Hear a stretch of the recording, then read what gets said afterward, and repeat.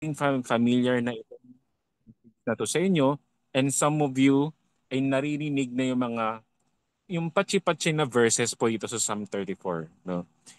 Kung mapapansin nyo itong Psalms 34, bigyan ko kayo ng background, no?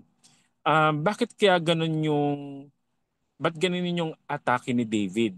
O ganun yung pagkasulat ni David dito sa Psalms 34? Kasi actually, ang nagsulat nito ay si Haring David, wala pong iba. At ito po ay kanyang isinulat doon sa isang kuweba. Okay po. Bakit po kaya ganun? Kung makikita mo, ano siya, no? It's all about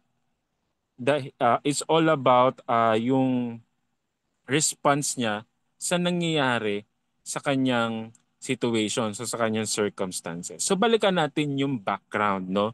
Ano ba yung context ng Psalms 34? Kung mapapansin nyo, ang Psalms 34 is all about, ito yung mga panahon na tumatakbo, katulad ng isang pugante, si Haring David. Bakit po? Andaan po natin, once in a time noon sa kanyang buhay, no, ng mga panahon na yon, ay hinahabol siya ni Haring Saul, 'di ba? Pinhap ano siya, King Saul wants to kill King David. Yan po yung nangyari noon. So takbo siya ng takbo, talagang tumatakbo siya, no, hanggang dumating siya dun sa area ng mga Philistines, no. And then dun sa area ng mga Philistines, meron dong hari na si Abimelech, o sa ibang, kung makikita nyo, yung ibang name doon is King Akish, no, na tinatawag. Yung other name. So si Abimelech, siya po yung hari na yon, at nung nakita nila si David, no, si Haring David, ano po yung sabi nila? 'Di ba? Alam niyo po ba yung famous na kanta? Kasi noon po merong awitin o sayaw, awitin at sayaw po na ano po yung sayaw na popular po ng mga panahon na yon. Si King Saul daw ay nakapatay ng thousands, pero si David ay 10,000s.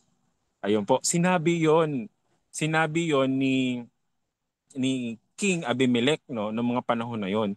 Kaya ngayon, ano yung naging response, no, ni Haring David? Siya po ay nagbaliw-baliwan. Okay.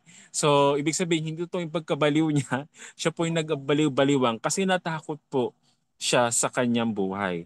At napunta siya doon sa isang kuweba. At doon sa kuweba na yon, naisulat niya itong Psalms 34. Okay. So, paano naman tayo makaka-relate, no, sa ating buhay, kagaya ni Haring David? So, let me ask you a question. Dumating ba kayo sa buhay nyo na hinahabol-habol kayo, ayan, ng mga problema? Technically, kung babasahin nyo ang Psalms 34, it's the enemy who is chasing King David. So, dumating ba sa punto ng buhay nyo na naranasan nyo na, I know this is an attack of the enemy at sunod-sunod. Okay? Ganun po yung nangyari, no? Sunod-sunod. And kung babalikan natin ang buhay ni David dito sa Psalms 34, kaya grabe yung pagkasulat niya dito, no? Talagang una, hinahabol-habol siya ni King Saul, tapos hindi pa nga siya matapos doon sa paghahabol sa kanya, ito nga nadatnan niya yung hari ng Philistines na King Akish, no, na natakot siya sa kanyang buhay kasi baka patayin siya. 'Di ba? Hindi pa nga natatapos yung kanyang problema at may sumunod na naman. So, mga kapatid, nakaka-relate po ba kayo? No? Nakaka-relate po ba kayo minsan sa isang sitwasyon na hindi pa nga tapos to, may ongoing pa nga ako. At meron na naman pangalawang attack. May unang major attack na, may pangalawa pang attack na nangyayari. No? Pero makikita po natin sa buhay ni King David ang kanyang response. Okay? Ano po ang kanyang response na kapupulutan natin ng araw? So una, sabi niya dito, praise God at all times. So una pa lang ating dapat maging response ko, talagang sunod-sunod po yung attack ng enemy sa ating buhay. Ano po dapat yung maging response po natin? Praise the Lord at all times. 'Di ba? For verse 1, I will praise the Lord at all times. I will constantly, not sometimes, not seldom, uh, not not today, but constantly speak His praises. It is easy, mga kapatid, mag-utter ng negative, no? Mag-worry, mag-utter ng negative at maging nega. Diba? Lalo pag magulo ng sitwasyon, what ano yung una mong naiisip? Normally, ang normally lalo po tayo pa in dati pa sa na ating nasa buhay laman na wala pa tayo kay Lord, ano yung mga normally na response natin? Magagalit, maiinis, mawawalan ng pasensya, maninigaw, 'di ba? Mag-worry, ma-anxiety. 'Di ba? 'Yan yung mga kadalas na ano natin, no? Nagiging response ng lalo na hindi pagkristyano o ng laman, no, sa panahon na 'yon. But right now, God is speaking to each one of us na pag chaos na yung nangyayari, doon ka maging consistent. It is okay, parang it is easy to be consistent pag favorable sa yung situation. Paano pag hindi favorable sa yung situation? Would you be still consistent? Would you be still consistent in praising God? 'Di ba? Ito yun nasa verse 1 eh. So could you praise Him in the middle of the battle? Or i-raise mo yung flag mo, retreat, surrender. So napaka ano yan eh. Actually it sounds parang madali, no? But when you are in the real battle, no, we know it is not easy, but we choose to praise Him. Actually, yun nga 'di ba? Ayon nga sa pag-aaral, anxiety, the anxiety and depression cannot exist in the brain while you are giving thanksgiving kay Lord. You cannot you cannot think good things in giving thanks at the same time nagwo-worry ka. Ayon po 'yan sa pag-aaral ng mga dalubhasa, mga siyentipiko, mga doktor, 'di ba? Kaya dapat in the moment that you are in the middle of the trial, in the middle of the attack, in the middle of the battle, what would be your response? Praise Him. After declaration of praise, say thanksgiving instead of being negative. Okay, yung pala yung dapat nating maging response. Tingnan nyo, yung kay, no? Kitang-kita naman natin yan sa buhay ni Haring David. Pangalawa, I will boast only in the Lord. Let all who are helpless take heart. Come, let us tell of the Lord's greatness. Let us exalt His name together. So ano yung pangalawang response natin? So our second response is to boast in the Lord. Ibig sabihin, ipagmalaki mo siya in the middle of the battle. Na Lord, I know that it is a battle, but I know you will win this battle because you have won already this fight ka. Diba? Dapat ganun yung response, diba? So ibig sabihin, if you boast in the Lord, you are subject to the Lord's authority and sovereignty. Ibig sabihin, you are relying your strength to God. Your strength is not your strength but God's strength. Amen? Ganun yung nililift up ang Panginoon at pinagmamalaki ang Panginoon na hindi ko to kaya tong battle na to without God. Diba? Even right now, as I speaking to you right now, as I preaching this message right now, no? Actually, kanina ko lang din to na ano, no? However, actually nabasa ko na naman ito this week, no, in my spending time kay God. However, 'di ba, yung yung toro na pagsasalita about the message of God through this word, it's really I am relying on the power and the wisdom of the Holy Spirit. 'Di ba? It's his. Amen. Sabi nga dito, let all who are helpless take heart. Come, let us tell of the Lord's greatness. Let us exalt His name together. So pag panahon ba ng attack, sino nagmamagnify? Let me ask you, sino ang namamagnify? Okay? Sana nagmagnify ang Lord in the middle of the storm or in the middle of the battle. Next, number four, is verse 4. Another response po natin is to pray. I prayed to the Lord and He answered me. He freed me from all my fears. So really, ang una talagang ano talaga natin, no, resort talaga walang iba ay panalangin. Talagang pagtuhod talaga. Instead of fighting the enemy in the battle with our physical strength. No, you cannot fight what is spiritual with your physical strength. Hindi mo yun magagapi.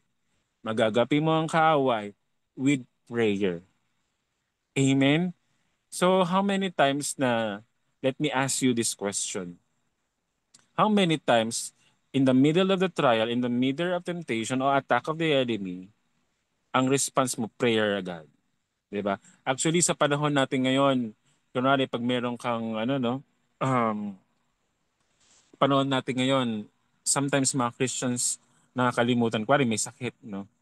Madali na lang bumili sa butika ng bumili sa tindahan ng gamot, pasakit ng ulo mo, inom ka ng, 'di ba, ng paracetamol o Biogesic, ganyan, ganyan. Madali na lang bumili, no? Without na mag-pray ka muna, 'di ba? I remember sometime, no, na merong mga talaga, merong mga karamdaman na alam mo hindi yun yun ay dulot ng spiritual. Yung na yun, kung bakit sumakit yung ulo. May mga ganun akong times before na, ba't ganun? Sumakit yung ulo ko na nagmi-minister lang ako dito sa isang tao na to. Yun pala, nakaharap ko na pala yun in a spiritual realm, yung espiritu na nasa kanya. Diba? So hindi mo yung magagapi, no? In physical is really to pray. The first defense and the first, no, talaga natin resort is to really pray. Okay? So let us be mindful on our response. So ano pa ang dapat nating matutunan kay Haring David? If you are in the middle of the attack, what is your response? 5. Those who look to him for help will be radiant with joy. No shadow of shame will darken their faces. Okay? In my desperation I prayed, and the Lord listened. He saved me from all my troubles. For the angel of the Lord is a guard. He surrounds and defends all who fear him. Alam nyo, ibig sabihin, saan ka nakatingin? No? Where your eyes is looking at? Are you looking at the situation right now? Saan ka ba nakatingin? Nakatingin ka ba sa Diyos, no? Over that situation, over that attack of the enemy? Saan ka nakatingin? 'Di ba? Kadalasan, if you're in the middle of the attack, mas na magnify nga minsan yung alon kaysa doon sa nagpapahinto ng alon. Amen? So, napakalaga talaga na kung kanino tayo nakatingin, kung kanino tayo tumihingi ng tulong. Walang iba, tayo dapat ay tumingin sa Diyos, no? Sabi nga dito, those who look to Him for help will be radiant with joy. So magliliwanag daw siya ng may kaligayahan. Ganun daw pala yun, no? If you're looking to God, you're really having the radiant of joy, no? No shadow of shame will darken their faces. So hindi ka ipapahiya ng Lord sa laban. Amen? Talagang, sabi nga dito sa verse 6, in my desperation I prayed, and the Lord listened. He saved me from all my troubles. For the angel of the Lord is a guard. He surrounds and defends all who fear Him. Na talagang pag nasa battle ka, nasa gitna ka ng attack, look to Jesus. Yung eyes mo dapat nakatingin doon sa Commander-in-Chief. I remember, nung nandun ako sa ROTC, nakabilad ako noon sa ilang hours kami nakabilad noon, 7 a.m. to 12 noon. Grabe, no? Napakahaba. Pero, saan kami nakatingin noon? Diretso lang ang tingin namin. Hindi kami nakatingin. Hindi kami stand up straight yun, pero hindi kami tumitingin sa kapwa namin kung ano nangyayari sa kanila. Look straight. Look ahead. Diretso lang ang tingin. Diretso lang kay Jesus ang tingin. Na ba? So, kasi ang tendency, di ba, pag diretso ang tingin mo, ang focus mo ay si Lord, hindi na ma-magnify yung alon. Tama? Mas lumalakas ka kasi doon ka nakatingin. Amen. Tandaan niyo mga kapatid, no? Ang angel of the Lord, ang Panginoon yan, no? Sometimes in the Bible, ang angel of the Lord is referring to God talaga. Si Jesus. For the angel of the Lord is a guard. Guardia po siya. He surrounds and defends all who fear Him. He is our commander-in-chief. Let us fear Him. Even demons, no, the devils tremble at His name. Amen. Look to Jesus. Look to the commander-in-chief. You are in the middle of the attack. Next, ano pang dapat response natin?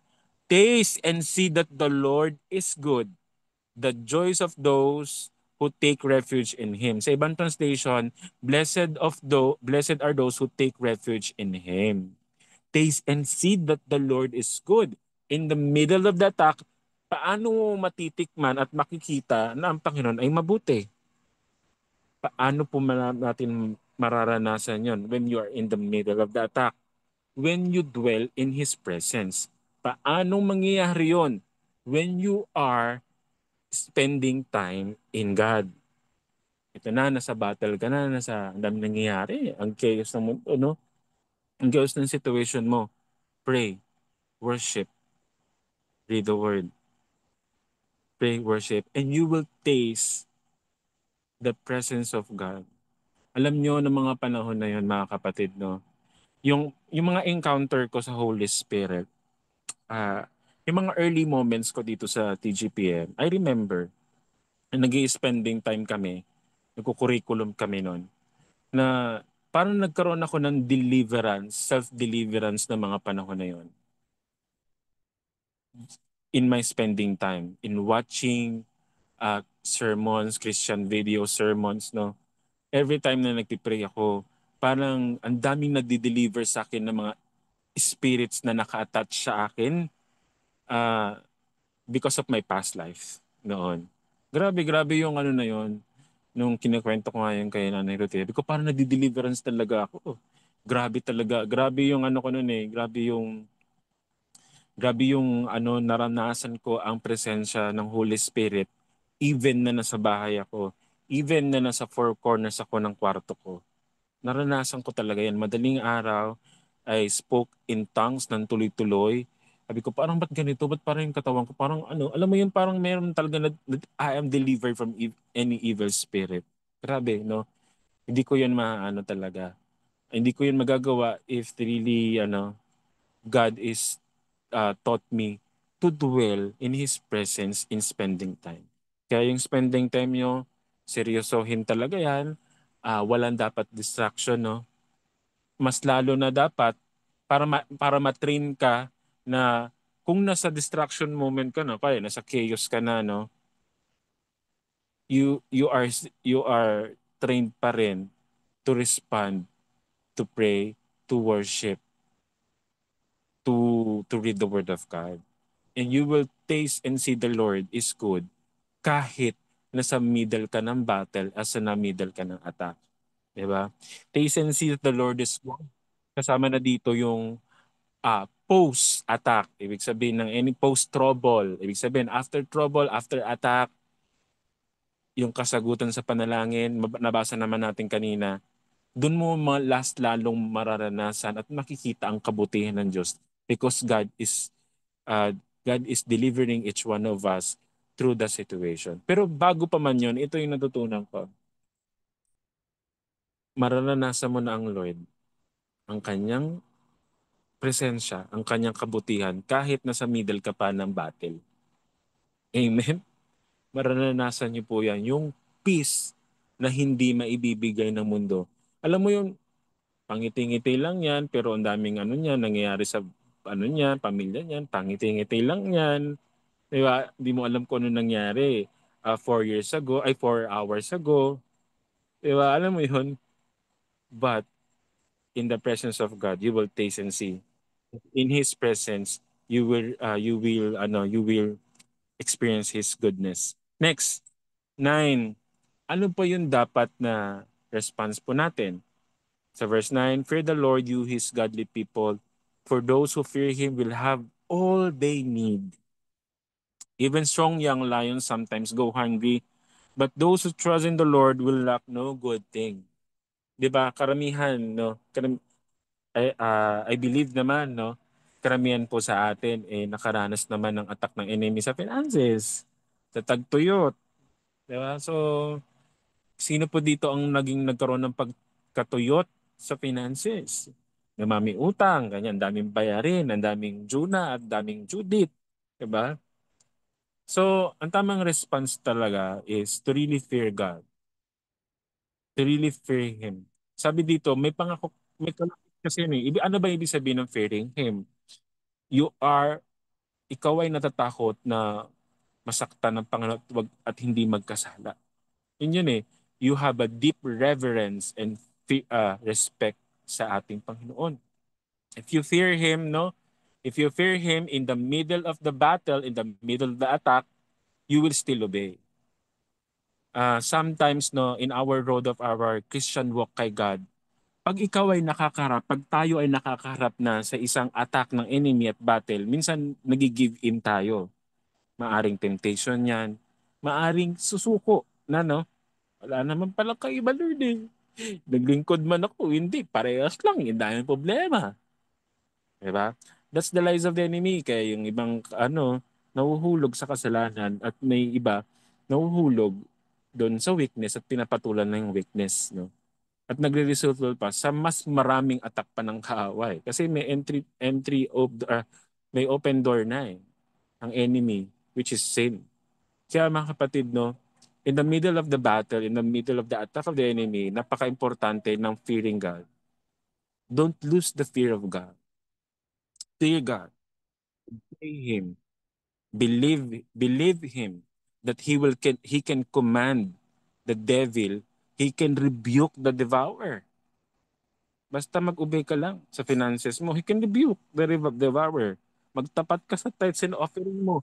He can rebuke the devourer, mga kapatid. Ang kaaway, kaya niyang i-rebuke yun.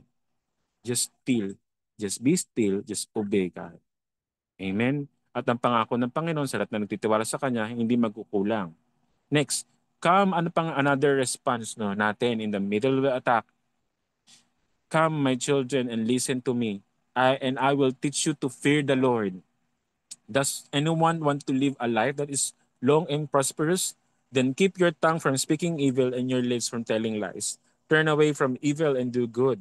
Search for peace and work to maintain it. So it's really, it is really walking in obedience, walking in holiness. Napaka-importante po talaga niyan. Gusto nyo ng mahaba at prosperous at masaganang buhay? Alam nyo alam nyo kung saan nagsisimula ang tag dito, nagmamanifest yung kasalanan. Actually, nag-i-start yan sa atin sa heart, sa mind natin, no? Doon yan na-form hanggang naibubulalas po yan ng ating mga bibig. Verse 13, sabi po dito, then keep your tongue from speaking evil and your lips from telling lies. Turn away from evil and do good. Search for peace and work to maintain it. So napaka-importante talaga ng bibig, no? Doon nga sa verse 1, yung ating natutunan kanina, na let us use our mouth in the middle of the battle. Control your mouth. Ito yung natutunan ko din recently, less talk, less mistake. Pag hindi mo kayang itim ang bibig mo, no? Umalis ka ng lugar, umalis ka doon sa situation, set aside muna yung sarili mo, baka ano pang masabi mo, di ba? Set aside yourself, compose yourself, control yourself, control your tongue. Napaka-importante po talaga niyan, no? Lalo na you're in the middle of the attack or in the middle of trouble. Sometimes yung trouble o yung attack, mas lumalaki yun, may apoy na nga, lumaki pa dahil sa atin. Ako naranasan ko yung in my life, no, na dapat hindi ko na lang nasabi. Walang ganon. Kinip ko lang sa sarili ko. Alam niyo yung mga ganon, no matter how good your intention is, magkaroon ka ng discerning spirit when to speak, when not. Kung kailangan makinig bago magsalita. Keep your tongue from speaking evil and lips from telling lies. Amen? Next, alam niyo yung pangako ng Panginoon, the eyes of the Lord watch over those who do right. His ears are open to their cries for help. Kaya nga napaka-importante, maintain a good standing before God when you are in the middle of attack, where you are in the middle of the storm. Kasi tandaan nyo, no, in the middle of the storm or the middle of the attack of the enemy, pwedeng kumapit ka sa patalim. Ibig sabihin, kumapit ka, ibig sabihin no, nung metaphor na yun, no, magpakasala ka na lang. Kasi nandiyan ka na naman sa trouble eh. May mga, di ba, yung mga lies ng enemy. Nandiyan ka na lang, magalit ka na lang, bubulyawan mo na lang. Eh, total, nandiyan na naman. Eh. No. Di ba? Let us remember, sabi dito, the eyes of the Lord watch over those who do right. His ears are open to their cries for help. So that, in the middle of the battle, no, God can hear you. God will hear you. Because nandun yung puso mo, nandun ka sa right standing na you maintain a heart of humility, alam mo, durog na durog ka na, no? Humble ka pa rin. And God will lift you up. Yan naman ang sinabi ng Lord sa James 4, God gives grace to the humble, di ba? James 4:6. 16. But the Lord turned His face against who do evil. He will erase their memory from earth. Grabe yung ano dito, no, verse dito. Kaya importante talaga. Huwag naman tayo magpaka-evil. Mahirap na nga yung buhay, may attack na nga. Di ba? Ibig sabihin, wag natin patulan yung laman natin. Huwag na natin i-manifest yun. Let us walk in the Spirit, no? So that we could able to overcome the enemy because God will back us up. Paano kayo back up ni Lord? Kung nandun ka sa trouble, nandun ka sa attack ng enemy, sumali ka naman. Wala nang lumaki. Di ba? Alam nyo mga kapatid, napakahirap ng in the middle of the battleground. Kagaya na nangyari dito kay Haring David, no? Hinahabol-habol siya ni King Saul, napunta pa dun siya sa hari ng Philistines, no? Takot siya, baka patayin siya din, di ba? Alam nyo, grabe yun. So siguro kung ako yun, I'm restless, I'm tired, na ang daming humahabol sa aking mga problema. But alam niyo yung pangako ng Panginoon sa verse 18, the Lord is close to the brokenhearted. He rescues whose spirits are crushed. Alam niyo, yung sometimes talaga, God allowed brokenness so that maramdaman natin yung nearness o yung closeness ng God. 'Di ba? During time na, I remember, during time na ng mga panahon na ako din ay broken, no? In so many things. Talagang naramdaman ko ang presensya ng Panginoon. That you can freely cry in tears sa Panginoon in humility na feeling mo ang lapit-lapit ng Lord talagang nakakapag, alam mo yung hagulgol na prayer. Naranasan ko yun dati talaga. Yung talagang sobrang habi ko, Lord, lalo nalunod na ako. Lord, talagang hagulgol talaga. Pero tama yon. Tama yung promise ng Lord dito sa verse 18. He rescues those whose spirit are crushed. During that moment, that is also a divine moment. Every broken moment is a divine moment. Amen. Every broken moment is an opportunity for a divine moment. Amen. Uh, the Lord found me at that time, broken ng mga panahon na yon. And I felt His love. I felt His comfort in me. Kasi ito naman talaga yung mga pangako niya eh. Mabasa nyo rin sa verse 19. The righteous person faces many troubles. So ito mga kapatid, anticipate nyo na to. Diba? Nung nabasa ko to this week, um, o nga pala, paano nga ba masasabing righteous? Unang-una, we are righteous positionally sa ginawa ni Jesus Christ. Because Jesus Christ saved us by His blood. Positionally yun, di ba? Ibig sabihin, hindi natin kayang bayaran yung ginawa, yung kasalanan natin without the shedding of the blood na nagpag-justify sa atin. Amen? So yun yung una, we are righteous because of Jesus. Pangalawa, yung constantly living in obedient life, in holiness, no? Na walang entry point ng enemy. No, pero ito talaga yung dapat nating kaharapin. At dapat natin tanggapin sa ating mga sarili. When you follow the Lord, the righteous person faces many troubles. Sabi dito na yun eh. Makaasa ka na ano tayo. Kaya di ba minsan, although nagkakaproblema naman yung mga unbeliever, minsan may isip ka na lang, "Oh, sumagi ba yun sa inyo?" Ako sumagi sa isip ko yun nung dati nung ako ay baby Christian pa.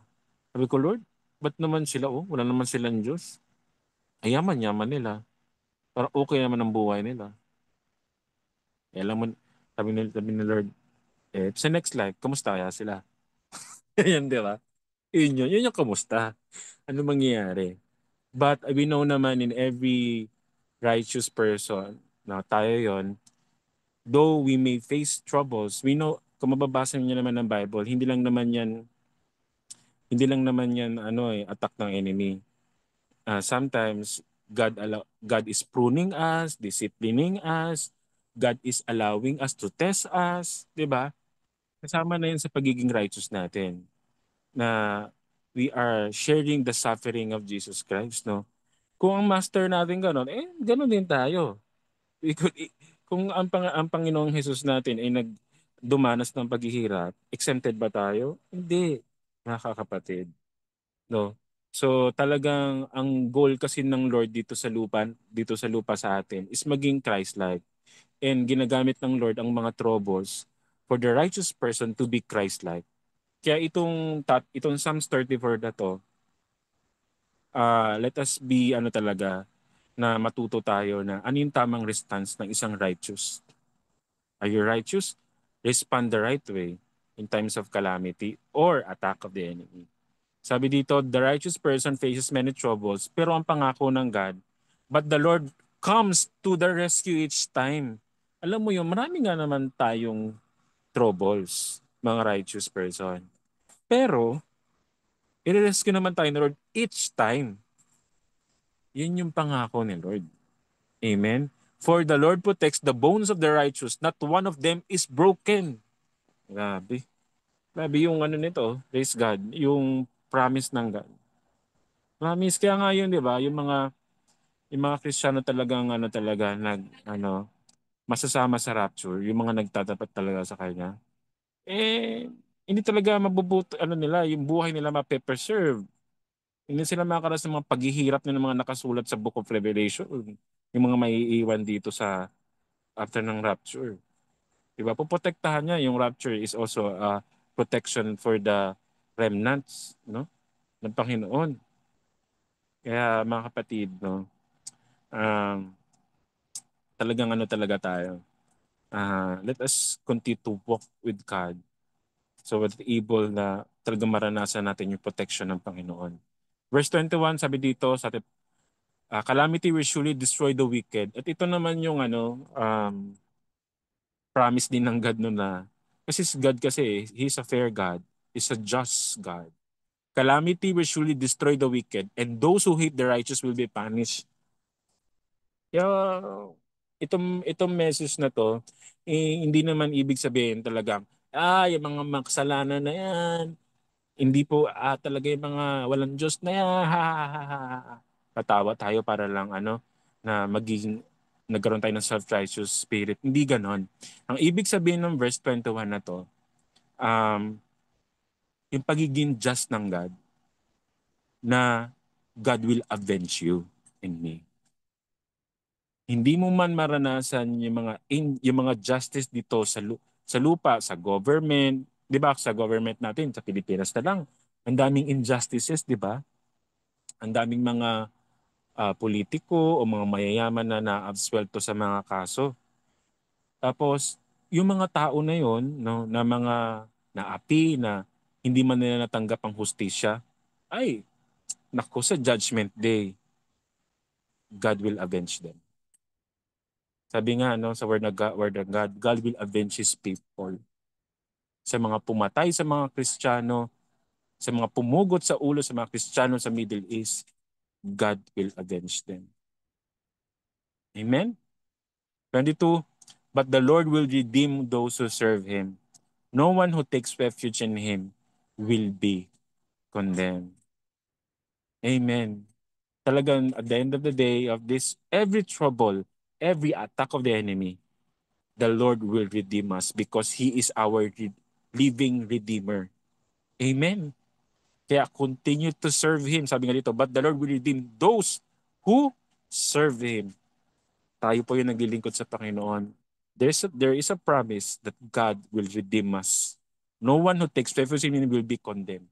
You will not be condemned because you put your trust in God. Nagpasakop ka sa lilid ng Diyos.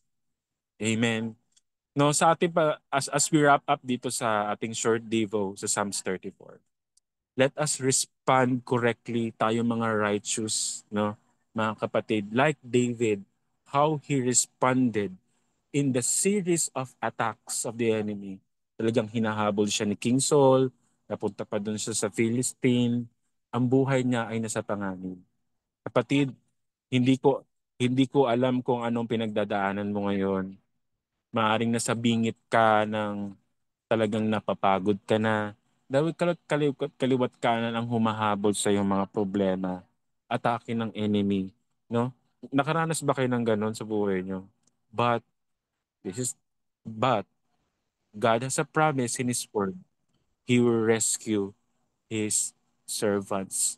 He will rescue His beloved children. Ano lang dapat natin gawin? Respond the right way. Respond like a righteous one. Katulad po ng ating mga nabanggit kanina dito po sa Psalms 34. Napaka-importante ng response. Ang response mo, mga kapatid, ay pwedeng makabreak or pwedeng mapagpalala ng sitwasyon. Ma-break o ma-overcome yung situation or magpalala ng sitwasyon. Personally, yan din ang itinuturo sa akin ng Lord. Response is crucial in the middle of trouble, in the middle of the attack. So mga kapatid, marami man kayong problema ngayon. So ang question na iiwan ko po sa inyo, how do you respond now? Ano po yung inyong response? Let us pray. Heavenly Father, Lord God, Lukura Nastera Makura Dostera Bakareto Stera Baka. Father God, in the name of Jesus, Lord, we know, O God, Lord, napakaganda po ng iyong mensahe. Tuloy your word, Lord, transform us from glory to glory. Lord, we ask you forgiveness from every wrong response. Even, Lord, na kami po ay anak mo na, kami po ay mga Kristiyano na. Sometimes, Lord, hindi po nagiging magandang response namin. Kaya po, Panginoon, na yung malalang sitwasyon na nga, lalo pang lumala. Patawarin mo kami, Panginoon. But Lord, we are so thankful because you are our good teacher. Thank you, Lord, for allowing us in every test, in every trial. Pinagpapasalamat namin yon na inaalaw mo ang mga bagay na kahit kami po ay ma-attack ng enemy, inalaw mo, Panginoon, for a specific purpose to be like you, to respond the right way, so that your name will be magnified, so that we will not rely on our strength, but we will rely on your power. Truly, it's not by our might, nor by our own power, but your Spirit, O God, who are really victorious over the spirit of this world. Salamat, Panginoon, for your very words, Lord, this evening, na ibinaba mo sa amin, Lord, even in short span of time. We love you, Lord. We honor you. Continue i-bless mong itong salita na to na patuloy magpala sa amin at maalala po namin, Lord, as we go out throughout the whole week, in every storm, in every trial, in every attack of the enemy, we're able to respond the right way, godly way, at magbibigay pa rin ng glory sa iyo. Salamat, Panginoon. We love you. We honor you. We give you praise. In the name of Jesus we pray. Amen and amen. Praise God. Glory to God. Amen.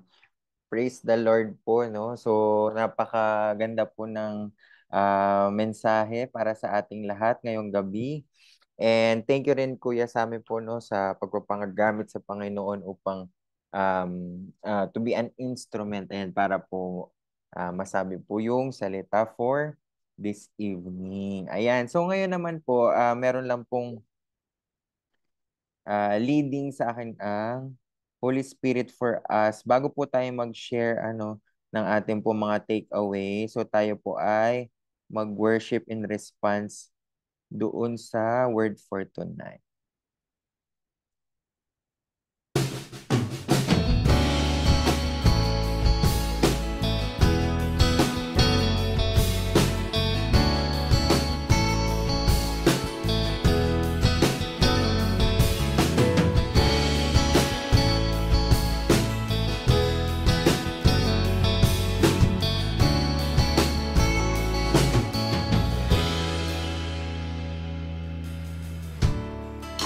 My weakest moments, in my darkest hour, you're the God who heals me when I'm crying out for help, when my faith is shaken and I'm all struck down.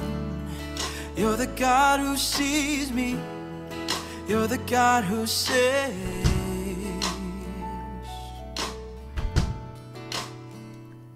I will bless the Lord, I will bless the Lord at all times.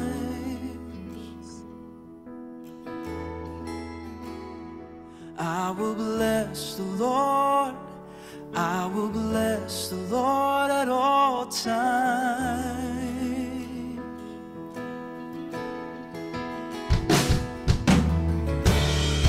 In your lavish kindness I've been washed in grace. You're the God who loves me, can't keep it to myself. I wanna shout your story, I'm gonna sing your praise. You're the God who's mighty, you set my heart ablaze.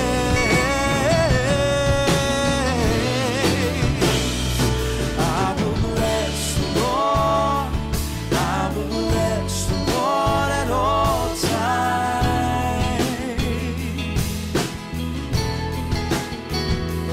I will bless the Lord, I will bless the Lord at all times.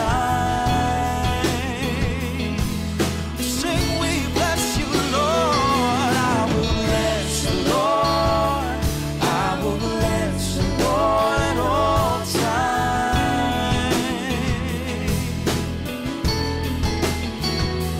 I will bless the Lord, I will bless the Lord at all times.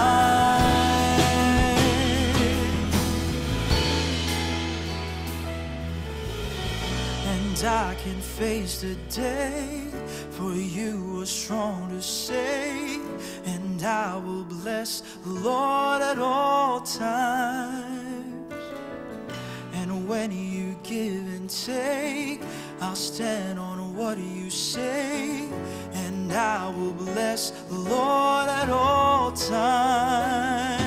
Oh, and I can face a day, for you are strong to save. And I will bless the Lord at all times. And when you give and take, I'll stand on what you say. And I will bless the Lord at all times. I will bless the Lord, I will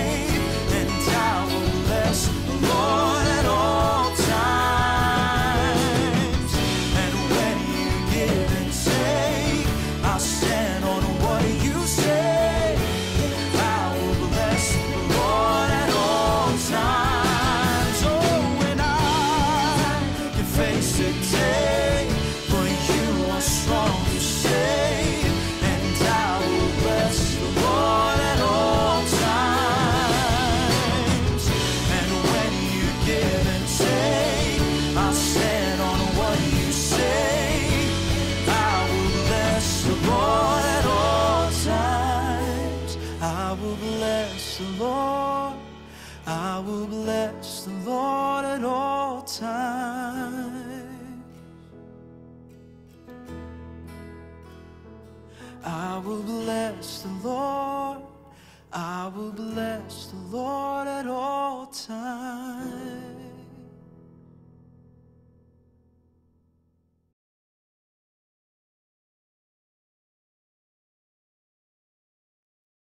Ayan. So may it be our response po no to bless the Lord at all times. Very timely po ano, tama. Grabe po talaga yung guidance no, and wisdom from the Holy Spirit. Napaka-timely po nung word for tonight. Ayan.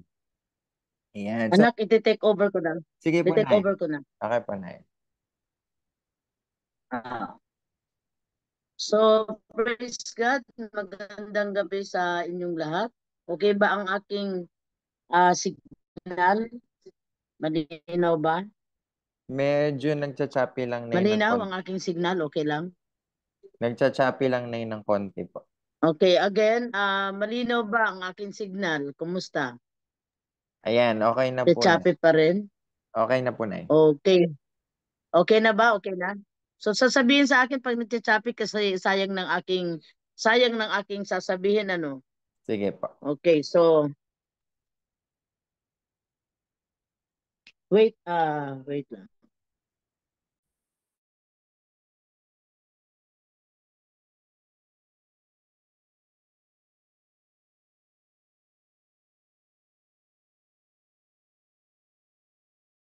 Anak, pakicheck ako ha kung malakas ako o kung nawawala ako ha kasi sayang ng aking sasabihin. Okay pa naman. So, praise God, purihin ang Panginoon. Ang ganda nung exhortation, ang tawag noon, hindi yun preaching. Ano? Kasi ang preaching, meron siyang outline. Yung ginagawa ni Pastor Sammy, pag preach, meron siyang sinishare na outline. Ano? Number 1, number 2, number 3, gano'n, hanggang conclusion. So, yung exhortation naman, ay sharing, ano, sinishare niya yung thoughts niya, yung experience niya doon sa mga verses na yon. Yun ang exhortation. And every one of us can exhort. Ano? So, yung preaching, hindi makakapag-preach yung walang outline, yung walang ganon. So, pero pwedeng mag-exhort. Okay, ganon yung ginawa ni Sammy. Salamat na Pastor Sammy na anytime pwede ka. Praise the Lord. So, gusto ko lang din na bigyan ng additional insight yung ating narinig ngayon na exhortation ni Pastor Sammy in Psalms 34. Again, appreciation kasi kung hindi siya nagbababad sa kanyang reading and studying and meditation of the word, wala siya ngayon pwedeng i-exhort sa atin. Yun ang advantage ng tayo ay mga babad kasi anytime pwede tayong ibala. Ano, ibig sabihin may laman ang puso. Ayun. So, praise God. Tingnan natin yung word na yun na sinare sa atin ni Sammy. First of all, gusto ko sa inyong i-identify ngayong gabi ang kaibahan ng battle at saka ng attack. Kasi ang laman noong passage, ang tawag doon ay the whole chapter of Psalms 34, we call it passage, buong istorya passage. Okay. So, nabigay sa atin ni Sammy kanina, nakwento niya sa atin na this is about nung panahon na may battle o kaya may attack. So, lagi natin itong minimension na may battle ako. Minsan, sasabihin mo naman, may attack. At pag sinabi natin battle, ano yung battle? Pag sinabing battle. Ang battle, mayroong labanang spiritual kasi hindi naman tayo makikipaglaban ng physical eh. Hindi na tayo doon, mga born again na tayo, di ba? So tayo ay, pag sinabing may battle, may nararamdaman kang spiritual battle. Mayroong halimbawa umaatake sa iyo na tinatawag na mga witchcraft, ganyan, ano? Mayroong mga umaatake na mga ganyan na mga spirit o ba ganon na spiritual na labanan o awayan, ganon. Pag sinabi namang attack, yung attack nasa loob yan. Yung halimbawa nakakaramdam ka ng aggression. Ano? Nagkakaramdam ka ng aggression kaya yung iba nakakagawa ng ganito, nakakagawa ng ganon. Okay. So ang tawag doon attack.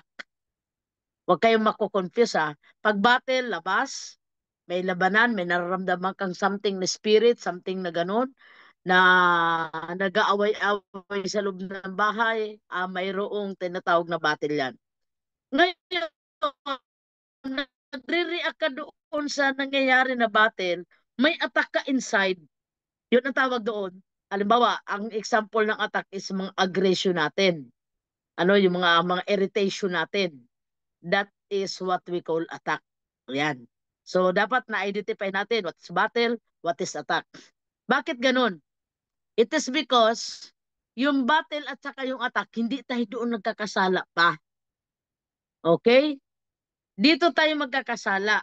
There is three things na mahalaga ngayon. Pag-aralan natin. What we call sin, temptation, trials. Okay? Ang sin, yun yung sinabi ni Sammy kanina na how we respond. How we respond. Napikon ka, nainis ka, nairita ka, tinalabang ka ng worry, na-discourage ka, nagalit ka, okay, tinalabang ka, na-atake ka ng kaaway. Okay, doon ka nagkasala. Ang tawag doon, you commit sin. That is what we call sin. Okay? Ano ang kaibahan ng trials? Okay. Ang trials is katulad nung kay Job na wala naman siyang ginawang kasalanan pero may nangyayari sa kanya. Ang tawag doon ay trials. Hindi ka nagkasala sa trials kung hindi ka na pabagsak ng trials. Ano? So, what is temptation? Okay. Iba naman ang temptation sa trials. Ang trials, pinapahintulot ng Diyos sa atin para tayo subukin sa ating faith, para tayo subukin sa ating pananampalataya sa Panginoon. Wala tayong kasalanan, may nangyayaring hindi maganda sa atin, pagsubok pala ng Panginoon. Okay? Pero i-check natin ha, minsan kasi tayo, cover tayo ng cover sa ating mga sarili. Ay, may trials ako. Hindi na pala trials. Ang tawag pala doon, kasalanan na. Ano? Hindi na pala kasalanan, kundi yun ay tawag pala doon ay temptation na bumigay ka, kaya naging kasalanan. Okay, balikan natin. What is sin? Ginawa mo na pagsuway sa Diyos, sin. What is trials? Nangyayari sa iyo na masama pero wala kang ginawang masama. Trials. Okay? What is temptation? Ang temptation, parang patalastas, nag-i-invite, nagsasuggest, sige na, mainis ka na, sige na, mapikon ka na. Ay may ano na, may nangyayaring kuhan. Laban na, battle na. May battle. Sige na, mag-self-pity ka. Ay matindi ang ano, spirit of self-pity, ganyan. Okay, ngayon, nakaramdam ka ngayon ng kuhan, ng atake sa kalooban mo kasi bumigay ka doon sa tinatawag na temptation. Nainis ka, kinagat mo yung spirit ng inis, nainis ka. Okay, ano ang tawag doon? Nagkasala ka na. Okay? Bakit bumigay ka doon sa tinatawag na temptation? So, ang trials, ang temptation, hindi kasalanan. Okay? Ang trials, pagsubok, nangyayari na hindi ka nagkasala, hindi ka wala kang ginawang masama. Pero kung may nangyayari sa iyo, kasi may ginawa ka, ang tawag doon, consequence. Malinaw po ba, mga kapatid? O wag natin lagi sasabihin, ay ako may trials, ako ay mayroong trials. Hindi na pala trials. Andun ka na pala sa consequence ng ginawa mong kasalanan. Hindi na pala trials, consequence na pala sa kasalanan na nagawa mo. Kasi tandaan natin lagi to ha, in every sin, there is consequence. Ha? Although there is forgiveness, but there is always consequence. Kaya maraming nangyayari sa atin ng mga pangit, tayo may kagagawan. Ano? Pag sinabing tayo na may kagagawan, kasalanan mo yon. Okay. Pero pag ang kaaway ang may kagagawa noon, ang tawag doon trials, yun sa iyo ng Panginoon kung bibigay ka doon. Okay, pwede kayo magtanong after kung magbigay ng insight, Ngayon, first of all, walang kasalanan si Lord sa atin. Kung may mga nangyayari sa ating mga pangit, mga masama, mga hindi magaganda, either temptation yan, either man yan ay trials, or yan man ay consequence ng iyong kasalanan, ng sin, walang kasalanan sa atin si Lord. Hindi kailanman si Lord gumawa sa atin ng kasamaan o kasalanan. Okay? So ngayon, sabi doon ni Sammy, mahalaga pala yung response natin pag may nangyayari sa atin. Pagka-temptation, Alam mo, ini-invite ka, ini-entice ka, nagsasuggest sa'yo, huwag mo nang tanggapin para hindi ka mahulog sa temptation. Hindi ka magkakasala. Ano? Pero kung trials naman, Lord, pinagdadaanan ko to, sinusubok mo ako, ibig sabihin, nandoon ang Panginoon sa panahon ng trials mo kasi dinadaan ka lang niya para ma-refine ka, para ikaw ay ma-strengthen sa faith mo, para masubok na ikaw ay talagang mananatili sa Panginoon kahit sa panahon ng mga problema at mga pagsubok. Okay? And then, kapag ka naman doon sa tinatawag natin na na kasalanan na, aminin na talaga natin. Lord, talaga sabi ni David sa Psalms 55, di ba? Lord, I commit sin unto you and only unto you, Lord. Nagkasala talaga ako sa iyo. Sabi niya, where do I look for, when I look to the mountain, sabi niya, ah, kapag ako tumingin, where my help comes from? Saan naman gagaling ang tulong ko? Kasi nagkasala ako. Di ba? So, humingi siya ng tawad sa Panginoon, Lord, I commit sin. Okay? So, i-identify natin. Lord, may battle. Ito yung mga nangyari. Pag battle, panlabas. Pag attack, nasa loob yan.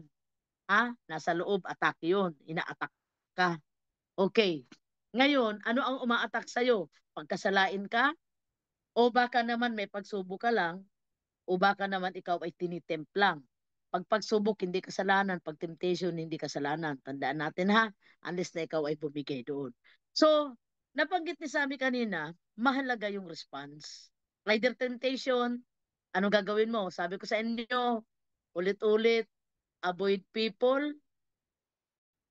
avoid place, and then avoid things. Pag temptation ha, huwag ka na makiganon sa tao na yun. Pagkasama mo, nagkakasama. Okay, avoid people. Nangihina ka, nagkakasala ka. Avoid people. Avoid things. Tingnan mo ha, ang cellphone, punong-puno ng suggestion. Ang dami ngayon na lending, ang dami ngayon ng mga pautang, bilis kas, ano pa, mga kaskas, kung ano pa, mga ganyan, tempting na maigi. So ngayon, depende ngayon yun sa atin kung tayo ay magpapatempt. Ano po? Pagkatapos, ang sabi dito, mahalaga pala ang response. So, huwag kang magpatempt doon sa bagay na yon. At huwag kang pupunta doon sa alam mo na doon ay magkakasala ka, di ba? Karanasan ninyo yan, karanasan natin yan. Mahalaga ang lugar. Ano mahalaga ang lugar? Tingnan mo, may nababasa tayo sa Bible na sila Haring David, makikita natin na sa labanan, mas marami ang namatay sa forest, kaysa doon sa labanan na tunay. Bakit? Kasi doon sa forest maraming ahas, tama? Anong ibig sabihin? Ala, kung di ka pinapupunta ng Lord sa lugar na yan, huwag ka nang pupunta. Tama? So, sa temptation, hindi ka talaga dyan mahuhulog kung you will avoid the people, the things, and the person. So, ligtas, hindi tayo magkakasala. Trials, malalampasan natin yan, sabi ni Sammy, when you dwell on God. Kaya nga, ito na nga ang lagi kong sinasabi sa inyo, babaran nyo ang spending time ninyo sa Lord kasi ang sabi niyan ni ni David Wilkerson, every business is nothing out of intimacy. Lord, wala kang kwenta sa harapan ng Diyos. Sasabihin ko na sa inyo ng direktahan ngayon. Akala mo lang you are valuable on your life, but in the eyes of God, sabi doon kanina, binubura pa nga ni Lord na pala para mawalan na ng memory. Hindi na maalaala. Bakit? Hindi naman talaga kay Lord ang focus. Hindi naman talaga ang buhay niya kay Lord. So, ang sabi dyan, mahalaga yung ating response. So, ako lagi kong sinasabi sa inyo na mas maganda manahimik tayo. Meron tayong atake, meron tayong battle, silently pray. So, sabi kanina ni Sammy, mag-soak tayo sa Panginoon. Mag-dwell tayo sa Panginoon. Pag sinabing soaking, tingnan mo yung damit nyo. Kahit na yan maganda ang sabon na gamitin nyo, pag hindi nyo binabad yan, hindi yan puputi. Pag binabad nyo, puputi. Alam nyo, yung mga babad na tao sa Lord, maski na may problema, ano sabi doon kanina sa binasa natin? Kahit na meron kang problema, iingatan ka ng Panginoon, iniingatan ng Lord ang mga matuwid at pinakikinggan ang kanilang mga karaingan. Ngunit kinakalaban ng Diyos ang gumagawa ng masama, sila kanya nililipol hanggang sa hindi na sila malaala ng mga tao sa mundo. Okay, tumutugon ang Lord sa mga panalangin ng mga matuwid. So saan ka bababad? Sa problema o sa panalangin? Inililigtas sila ng Panginoon sa mga suliranin at malapit ang Panginoon sa mga bagbag ang puso. O, diba sa dami ng ating dinadala sa Lord, umiiyak tayo sa Lord. Kung tayo ay naiiyak, si Lord naiiyak din pala. Naaawa sa atin. Bagbag ang kanyang puso at tinutulungan ang mga nawawalan ng pag-asa. O sino sa inyo yung nawala ng pag-asa? Di ba? Nawawala ka na ng pag-asa. Pagharap mo, pagsubok, pagharap mo, temptation, pagharap, grabe, pagtingala mo si Lord na nandoon. Amen? So, malapit ang Lord sa mga may bagbag na puso at tinutulungan ang mga nawawala ng pag-asa. Lord, kahit saan ako tumingin, sabi ni Jeremiah, puro dilim, puro pader, wala na ako makita ang liwanag, wala na ako makita ang okay. Oh. Pero sinong kinakausap ni Jeremiah? Si Lord. Umiiyak siya. At sabi ng Panginoon, marami ang paghihirap ng mga matuwid. Hindi siya nangako ng bed of roses sa Christian life, ha? Sabi niya, marami ang mga paghihirap ng mga matuwid. Oh, yun ang sabi ni Lord sa verse 19. Ngunit, ito yung pangako ng Diyos. Kung tayo mag-dwell kay Lord, mag-focus kay Lord, mag-sok tayo kay Lord, at manahimik lang tayong nananalangin. Sabi ng Panginoon, marami man ang mga paghihirap ng matuwid, ngunit ililigtas sila ng Panginoon sa lahat ng ito. O, tanungin ko kayo ngayon, bago ako magtapos, kailan ba tayo pinabayaan ng Diyos? Kailan ba tayo hindi itinawid ng Panginoon sa karagatan ng pagsubok? Kailan ba tayo iniwan ng Panginoon nung hinahabol na tayo ng kaaway ng mga problema? Kailan ba tayo pinabayaan at ginutom ng Diyos? Kailan tayo hindi sinagot ng Panginoon? Oh, 'di ba? So, sabi kanina, we need to respond right. Dagdagan ko 'yan, stay right and then doing right. Ano? So, dapat tama yung sagot natin sa temptation, dapat tama yung sagot natin sa trials, dapat tama yung sagot natin sa mga kasalanan, sa mga attack, sa mga battle ng buhay natin, dapat tama. Paano magiging tama? Sagutin natin ang salita ng Diyos. Sabi ng Panginoon, it is written, it is written, it is written, it is written. O nanalo ba si Satanas? Iniwan siya. Pag tayo araw-araw, laging sasabihin natin, sinasabi ni Lord, sinasabi ng Panginoon, sinasabi ni Lord, sinasabi ni Lord. Oh, di ba iiwanan ka ng problema? So response right, stay right. Pag sinabing nagsagot ka ng tama, pero dapat tayo ay nananatili din na mabuti. Ano? At saka ginagawa natin ang mabuti. Hindi lang na nananatili ka ang Kristiyano, wala ka namang ginagawang mabuti. Oh, ano ang mabuti? Katulad ngayon, mga lahat tayo busy. Lahat tayo ngayon may kaabalahan. Pero ginagawa natin ito para kay Lord. Huwag mong gawin ang isang bagay sa tao. Kasi pag ang tao di ka napasalamatan, pag ang tao hindi ka napalakpakan, malulungkot ka. Ano ba naman yan? Nagpaka-effort ako, hindi mo lang ako napansin. Pero ginawa mo yan kay Lord, napasalamatan ka ng tao o hindi, masaya ka lang. You are doing right. You are staying right. And your response is right. Amen. At ano man ang gawin mo, uminom ka, sabi ng Biblia, whether you eat or you drink, do it for the glory of God. Amen. So nag-glorify pa ba ang Panginoon sa mga panahon ng pagsubok sa buhay natin? Nag-glorify ba siya? Kaya ang sabi ng Panginoon, sabi ni Lord, subukin mo ako, taste and see. Subukin mo ako at makikita mo kung gaano ako kabuti. Nasubukan nyo na ba ang Lord kung gaano kabuti ang Lord sa buhay nyo? Kaya nga sa bungad ng ating verse, praise Him at all times. Di ba? So sabi ni Lord, napakapalad ng taong naghahanap ng kaligtasan sa Kanya. Taste and see that the Lord is good. Lagi natin nasubukan ang Lord sa mga panahon na tayo ay durog, sa mga panahon na tayo ay nawawalan ng pag-asa, sa mga panahon na grabing atake sa atin, sa mga panahon grabe ang battle natin, sa panahon grabe ang trials and temptation sa atin.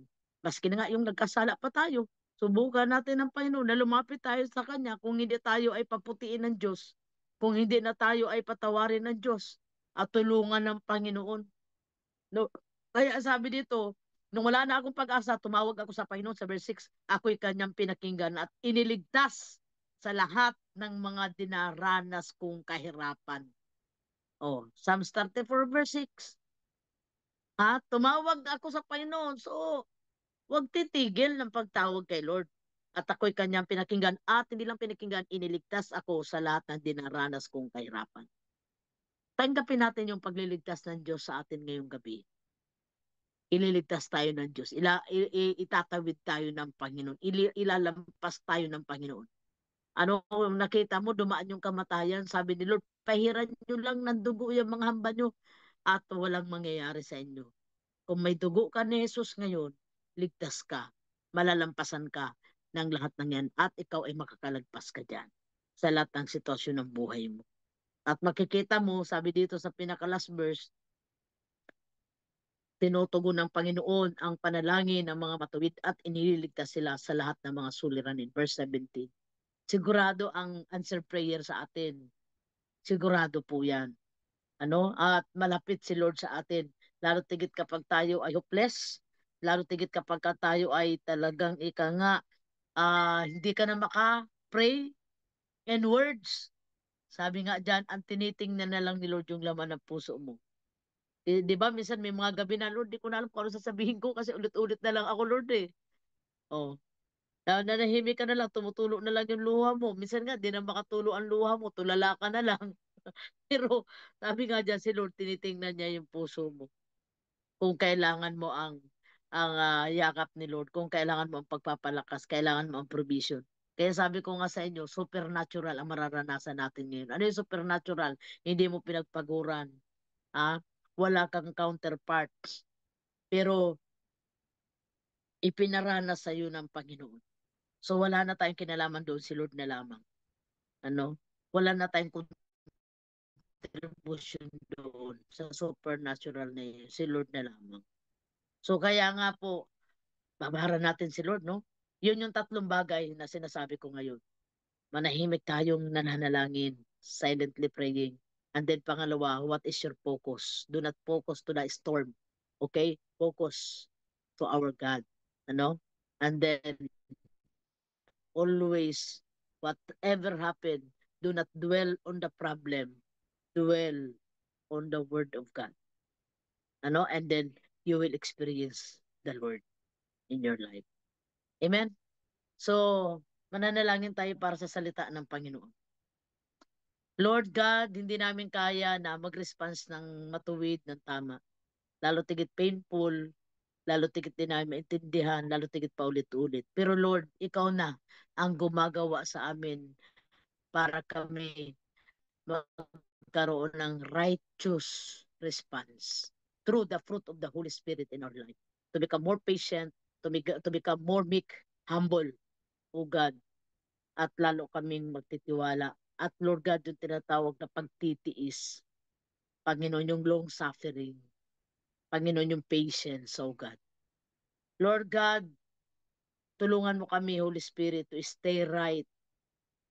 Pag sinabing right, Lord God, righteous mind, righteous thinking, Lord God, righteous heart, righteous emotion, or whatever, O God, nang nangyayari sa buhay namin. May pain, may sugat, may mga labanan, pero Lord God, sinabi mo, battle is yours. Basta Lord kami, andito kami, we will do righteously sa iyong paningin.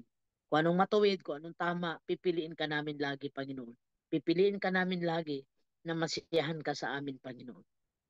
Lord, na ano man ang gawin ng mga kapatid kong ito, ano man ang ginagawa namin, we will do it, O God, for your glory alone. Kasi maikli na lang ang panahon, kunti na lang ang opportunity namin to do right, to respond right, O God, to stay right. And Lord God, to do this, O God, it's only for your glory alone. Ama, salamat for the short exhortation. Salamat sa yaman ng mensahe mo. Secured na naman kami ngayon na kami, Lord God, na nawawala ng pag-asa, may pag-asa lagi sa iyo. Na kami, dakilan Diyos, Lord, ng mga contrite heart, mga broken-hearted, na kami ng mga may sugat at may mga struggles. Panginoon, may pangako ka sa amin ngayon, Panginoon, na malapit ka sa amin. Tutugunin mo kami. Sasagutin mo kami sa aming dalangin. Ama, maraming salamat po sa iyo dahil ikaw, Diyos, na napakabuti at totoo sa iyong mga pangako at tapat. Bless thy heart, everyone who listen your word. Panginoon, strengthen our faith unto you that we will trust you more for whatever happened to us. Salamat, Panginoon. May mabuti kaming Diyos. May Diyos na nakikinig sa amin sa mga hinaing namin. At may Diyos na tutugon sa aming mga dalangin. At mararanasan ka namin, Lord. Sinabi mo yan ngayon sa mga salita, taste and see that the Lord is good. Subukin ka namin, malalasap namin ang kabutihan mo sa aming mga buhay. Kaya Lord God, binibigay na namin sa Lord ang lahat ng aming mga kabigatan sa buhay, suliranin, laban sa buhay, lahat ng mga attack, mga battles in life, Panginoon, all the temptations, oh God, all the trials in life, Lord, is yours. Basta kami, Lord, we will stay in your presence. We will stand in your word, in your promises. Purihin ka at silyuhan mo ang lahat ng ito sa aming mga buhay with the power of the Holy Spirit. Sa iyo ang papuri sa pangalan ni Jesus. Amen. Amen.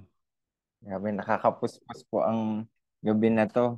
Maraming salamat kay Kuya Sammy for the exhortation at kay Nanay po no sa naibahagi niyo po for tonight.